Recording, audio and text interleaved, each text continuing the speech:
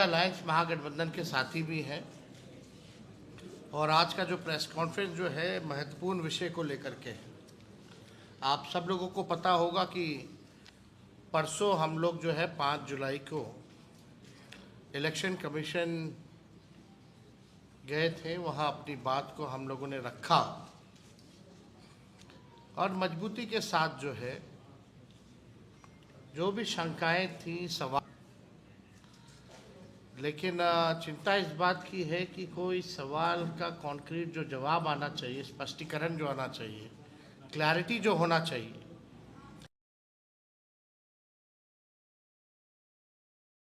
हमारा डेलीगेशन दिल्ली में भी गया, इलेक्शन कमीशन बिहार में भी, पटना में भी हम लोग गए,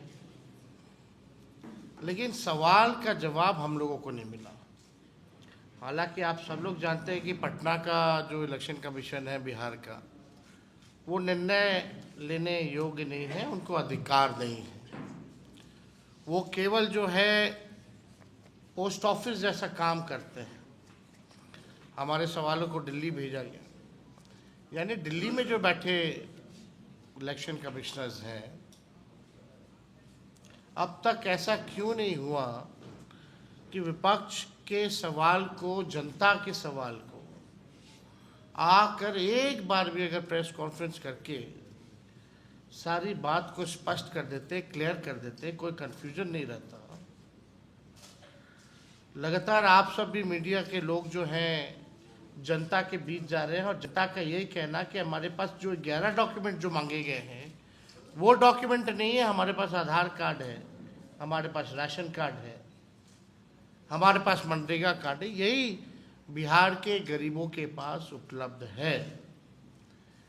यानी स्पष्ट है कि जिनका 11 दस्तावेजों में से नहीं होगा उनका जो है नाम काट दिया जाएगा। 6 जुलाई यानी कल इलेक्शन कमीशन ने फेसबुक पे और अखबारों में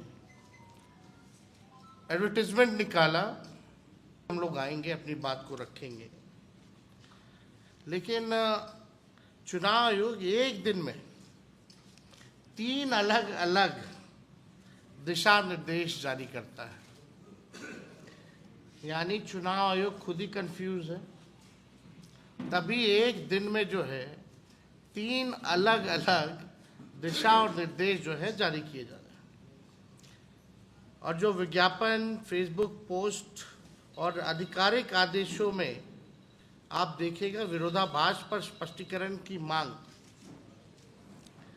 बिहार के लाखों मतदाताओं के अधिकारों और लोकतांत्रिक प्रक्रिया की पवित्रता को ध्यान में रखते हुए भारत निर्वाचन आयोग द्वारा जारी विज्ञापनों और फेसबुक पोस्ट में पाए गए गंभीर विरोधाभासों पर गहरी चिंता हम व्यक्त करते हैं। हमारा अलायंस जो है, गहरी चिंता हम सब लोग। आप देखिएगा, अगर हम सवाल पूछे तो पहला सवाल, विज्ञापन बनाम आदेश, जो इनका आदेश जो निकलता है वो कुछ और है और विज्ञापन में जो निकलता है वो कुछ और है। हम जानना, भारत निर्वाचन आयोग ने कल बिहार में समाचार पत्रों में पूर्ण पृष्ठीय विज्ञापन प्रकाशित किया है, जिसमें कहा गया है कि यदि दस्तावेज और फोटो आएंगे, आपको एक न्यूज़पेपर जो है, ये फुल पेज जो है एडवर्टाइजमेंट जो है ये छापा गया है और इसमें आप देखिए दोनों बातें की हैं। पहला, गन्ना प्रपत्र बीएलओ से प्राप्त होते ही तत्काल आवश्यक दस्तावेज तथा फोटो के साथ बीएलओ को उपलब्ध करा दें। और ये ऐड और इनका आदेश जो है उसमें और भी अंतर है, विरोधाभास है। तो आप समझ सकते हैं कि क्या स्थिति जो है जून 2025 से स्पष्ट रूप से अलग है, जिसमें 11 निर्धारित जो दस्तावेज जो है वो मांगे गए। अब और ये ज्ञापन में कितना भारी अंतर है वो भी हम लोगों के पास है। जो नोटिफिकेशन आप लोगों को स्क्रीन पे भी दिखाएंगे, बाद में आप लोगों को उपलब्ध भी करा दिया जाएगा। कल चुनाव आयोग के आधिकारिक फेसबुक, ये अलग 3-4 पेजें हैं हमारे पास। अब इसमें इंटरेस्टिंग चीजें देखिए। 6 जुलाई दस्तावेज बाद में भी दिए जा सकते हैं, लिखा गया है। फिर दूसरा पोस्ट किया गया है 3 बजे, यानी 1 घंटे बाद। दस्तावेज 25 जुलाई 2025 तक ही दिए जा सकते हैं, ये दावे आपत्ति की अवधि में। यानी ये बहुत कंफ्यूजन है, लोगों में भ्रम है और लोग जानना चाहते हैं कि वास्तविक जो आयोग का क्या नीति है। भाई आप क्या कहना चाह रहे हैं, आपको क्या चाहिए? एकदम कहीं स्पष्ट नहीं है। आदेश की जगह विज्ञापन और पोस्ट, ये कैसी पारदर्शिता है? आज तक आयोग द्वारा इस संबंध में कोई आधिकारिक अधिसूचना या संशोधित आदेश जारी नहीं किए गए हैं। क्या विज्ञापन और सोशल मीडिया पोस्ट अब संवैधानिक संस्था की नीति का वाहक बन गया है? भारत निर्वाचन आयोग को विज्ञापन नहीं, बल्कि हम चाहते हैं, हम लोग सब चाहते हैं कि आधिकारिक अधिसूचना जारी कर संशोधन के बारे में अवगत कराना चाहिए। यानी आप आदेश निकालिए, सोशल मीडिया में डालने से, विज्ञापन देने से थोड़ी होता है। आप आदेश क्यों नहीं जारी कर रहे हैं? अगर आप विज्ञापन जारी कर रहे हैं तो आपको अगर करना ही है, मन ठीक है, अगर आप गलत नहीं करना चाह रहे हैं तो आप आदेश क्यों नहीं निकाल रहे हो? हर घंटे नियम जो है, निर्देश बदले जा रहे हैं, एकदम मजाक बना लिया गया है। बिना दस्तावेज फॉर्म जमा कराना, क्या यह रणनीति है या शंका को उत्पन्न करता है कि दस्तावेज के बिना फॉर्म इकट्ठा कर लेना और बाद में राजनीतिक प्राथमिकताओं के अनुसार कुछ नाम हटा देना या छांट देना? क्या ये जन भागीदारी की सुविधा है या पूर्ण नियोजित योजना है? आयोग ने यदि वाकई मतदाताओं की सुविधा को ध्यान में रखते हुए लचीलापन लाया है तो इस पर विधिवत आदेश जारी करे। यदि नहीं तो इस प्रक्रिया को संवेदनशील और सत्तानुकूल हेरफेर का जरिया ना बनने दे।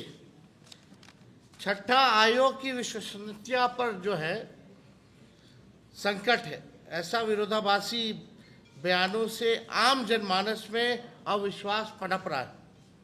चुनाव आयोग आंकड़े जारी कर बता रहे हैं कितने प्रपत्र बांट दिए, इतने फॉर्म जो है कलेक्ट कर लिए, लेकिन ये सब वास्तविकता से बहुत दूर है। ये केवल जो है आई वॉश का काम जो है चुनाव आयोग कर रही है। पटना निर्वाचन आयोग में मीटिंग में हमने कुछ सवाल जो है रखे थे। पहला सवाल हम लोगों ने रखा था, क्या भारतीय निर्वाचन आयोग को केवल वही 11 दस्तावेज स्वीकार करने का विशेषाधिकार प्राप्त है? दूसरा, सरकार द्वारा जारी अन्य दस्तावेज जैसे Aadhaar card, ration card, MNREGA card, job card इत्यादि मतदाता सूची पुनरीक्षण प्रक्रिया में अस्वीकार्य क्यों है? मतलब इन कार्डों को, आधार कार्ड हो, जॉब कार्ड हो, मनरेगा कार्ड हो, राशन कार्ड हो, इसको आप लोगों ने इंक्लूड क्यों नहीं किया, एक्सक्लूड क्यों किया? आधार कार्ड जारी करते वक्त सरकार आपकी आंखों की पुतली, फिंगरप्रिंट सहित पहचान और आवास के कई दस्तावेज मांगती है। जब आप आधार कार्ड बनवाते हैं तो आपका फिंगरप्रिंट भी लगता है, आपका आंख का पुतली का भी लगता है, आपका एड्रेस का भी प्रूफ लगता है, तब जाकर के जो है आधार कार्ड की ज़रूरत होती है। अब हम चाहेंगे कि एक बार आप देखिए आधार कार्ड वाला, ये बड़ा इंटरेस्टिंग है। आप लोगों के समक्ष हम आधार कार्ड के बारे में हम बता दें। इलेक्शन कमीशन का जो फॉर्म है, फॉर्म 6, अभी भी इसमें आधार कार्ड इंक्लूडेड है, लेकिन बिहार में इसको एक्सक्लूड क्यों किया गया है, ये आज तक अभी तक का नोटिफिकेशन है। पढ़िए, आधार कार्ड यानी PAN card, driving licence, age और डेट ऑफ बर्थ को रिलेटेड, ये अभी भी जो है आप देख सकते हैं स्क्रीन पे कि अगर आप फॉर्म 6 गूगल करके इलेक्शन कमीशन का आप निकालेंगे तो अभी भी आधार कार्ड इनके गाइडलाइन में, इनके नोटिफिकेशन में इंक्लूड है। अब सवाल खड़ा होता है, और राज्यों में आधार कार्ड चलेगा, बिहार में आधार कार्ड नहीं चलेगा? ये तो बड़ा सवाल है, ये तो खुद ही कंफ्यूजन पैदा कर रहा है। आप जो है एक तरफ बिहार में जो फॉर्म बांट रहे हैं उसमें आधार, जॉब कार्ड, राशन कार्ड हटा दिए, लेकिन अपने गाइडलाइन में से नहीं हटाए हैं। ये तो बड़ा, चुनाव आयोग कंफ्यूज है, क्या करना चाह रहा है भाई चुनाव आयोग? आधार कार्ड को क्यों हटाया गया, हमारा ये सवाल है।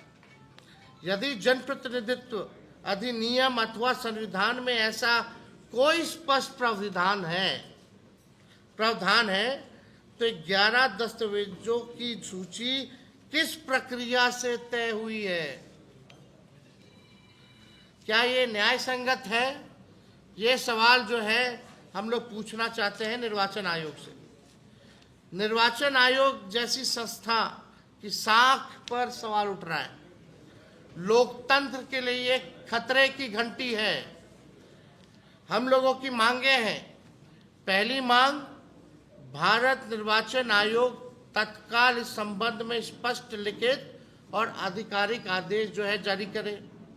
दूसरा, किसी भी विज्ञापन या फेसबुक पोस्ट की जगह राजपत्र अधिसूचना या सार्वजनिक प्रेस नोट के माध्यम से नीति बताई जाए।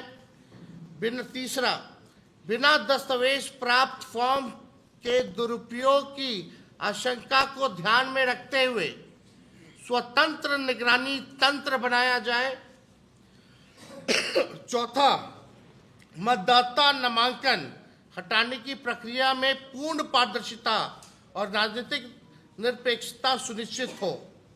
पांचवा, आयोग विपक्ष एवं जनता द्वारा उठाए जा रहे सवालों, शंकाओं, शिकायतों और गंभीर आरोपों का बिंदुवार जवाब दे।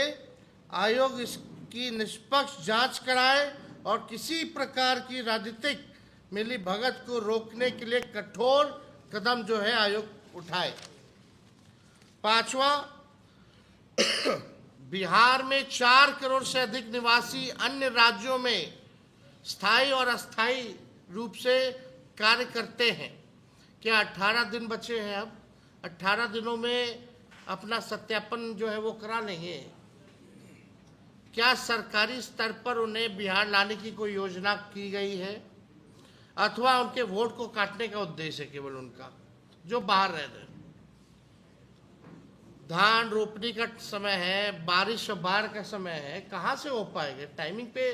तो सब लोगों का सवाल है। नंबर 6, हम लोग चाहते हैं कि निर्वाचन आयोग डैशबोर्ड ऑनलाइन जो है कौन से विधानसभा वाइज कितना सत्यापन हुआ है, एवरी डे, हर दिन जो है सार्वजनिक करे कि इतना दिन जो है लोग सत्यापन किए हैं। विधानसभा वाइज जो है ये करना चाहिए, लाइव रियल टाइम अपडेट देना चाहिए विधानसभा वाइज। 7वां, निर्वाचन आयोग ने बताया कि प्रत्येक बीएलओ के साथ 4 उनके साथ जो है सपोर्ट में जो है सहयोगी जो है दिए गए हैं, स्वयंसेवक लगाए गए।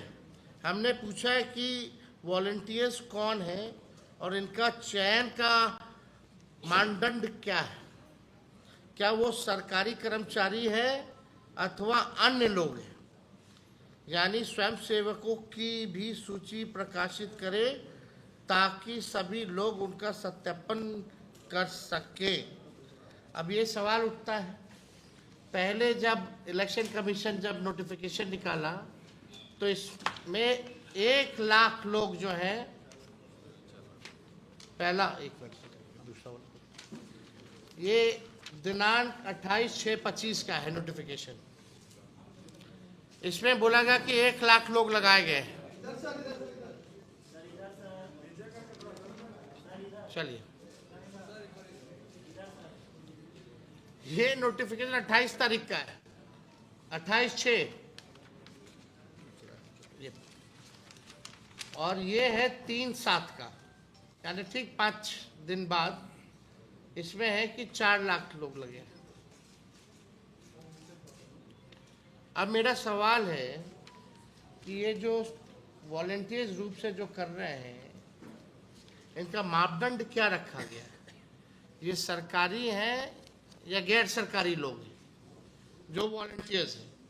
और इनकी सूची जो है वो जो है ऑनलाइन इलेक्शन कमीशन को डालना चाहिए ताकि सत्यापन में लोगों को दिक्कत ना हो, लोग जाने तो आखिर कौन लोग हैं जो मदद कर रहे हैं और इसका मापदंड क्या रहा है, कैसे चुनाव आयोग ने चयनित किया है। और ठीक जो है कुछ दिन बाद ही अपना गाइडलाइन बदल देते हैं, पहले लगाते हैं 1 लाख, फिर 4-5 दिन बाद लगाते हैं 4 लाख, यानी खुद ही कंफ्यूजन है।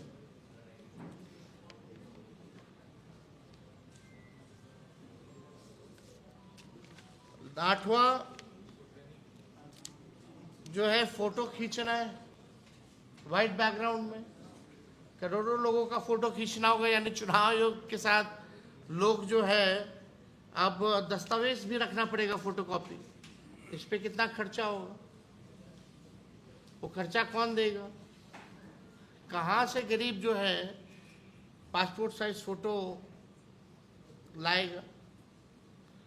भारत निर्वाचन आयोग एक संवैधानिक संस्था है, उसकी साख और निष्पक्षता लोकतंत्र की नींव है। इसलिए हम मांग करते हैं कि आयोग जनता की अपेक्षाओं, कानूनी प्रक्रिया और लोकतांत्रिक गरिमा को ध्यान में रखते हुए अपनी नीति बिल्कुल स्पष्ट करे। और हमारा ये मांग है कि इस काम को ही रोक दिया जाए, चुनाव के बाद जो है इस काम को जारी किया जाए, क्योंकि अब 18 दिन रह गया है, अभी भी इतनी शिकायतें हैं। ज़रा चुनाव आयोग बीएलओ से बात करे, कितना बीएलओ गाली खा रहा है, घर टू घर जा रहा है तो, और बीएलओ से पूछे कि गरीबों के पास कौन कौन से डॉक्यूमेंट्स हैं, उसलिए इस काम को रोक दिया जाए। हम लोग सब लोग जो है, कई लोग जो है कोर्ट का दरवाज़ा हम लोगों ने खटखटाया है, वहाँ भी अपनी बात को कोर्ट के समक्ष जो है हम लोग रखेंगे।